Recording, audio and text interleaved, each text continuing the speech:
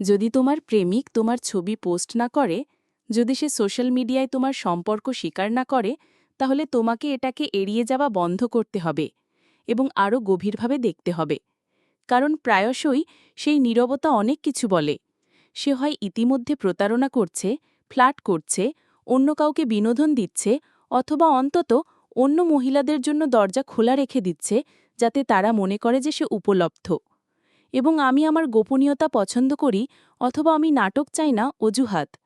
এটি এমন একজন পুরুষের জন্য আদর্শ স্ক্রিপ্ট যে তুমি যখন আশেপাশে থাকো না, তখন সে কিভাবে আচরণ করে তার জন্য দায়ী হতে চায় না। যখন একজন পুরুষ তোমাকে ভালোবাসে, যখন সে তোমার জন্য গর্বিত হয়, যখন সে তোমার জন্য গুরুতর হয়, তখন সে বিশ্বকে জানাতে দ্বিধা করবে না যে তুমি তার। সে তোমাকে গোপন রাখার মতো লুকিয়ে রাখবে না। সে তোমাকে প্রকাশ্যে দাবি করার ধারণার চারপাশে পা বাড়াবে না। আসলে সে তোমাকে দেখাতে চাইবে। এটা একটা গর্বের বিষয়। এটা দেখো, ঈশ্বর আমাকে কি আশীর্বাদ করেছেন এক ধরনের শক্তি দিয়ে। সে তোমার হাত তার হাতে, তোমার হাসি তার ফিডে, তোমার নাম তার ক্যাপশনে পোস্ট করবে। তুমি ভিক্ষা চাও বলে নয়, বরং যে পুরুষ তার নারীকে মূল্য দেয় তার জন্য স্বাভাবিক যে সে তাকে দেখাবে।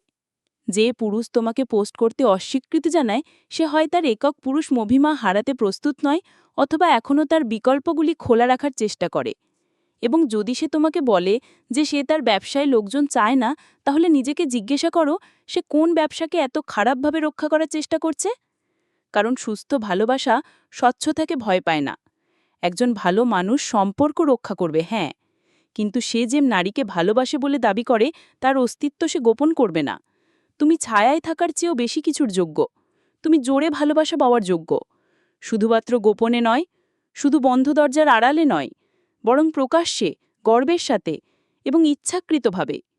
যদি সে তোমার সাথে কোনো পোস্ট না করে, এবং যদি সে অনলাইনে তোমার সাথে কোনো যোগাযোগ না করে, তার দুপুরের খাবার, তার স্নিকার্স এবং জিমের সেলফি সহ সবকিছু পোস্ট করে, তাহলে সেটা গোপনীয়তার বিষয় নয়, এটা প্রাথমিকতার বিষয়।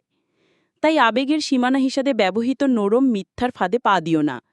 যদি সে তার জীবনধারা প্রদর্শন করতে পারে, তাহলে সে তার নারীকেও প্রদর্শন করতে পারে। আর যদি সে না করে, তাহলে অন্য কেউ করবে।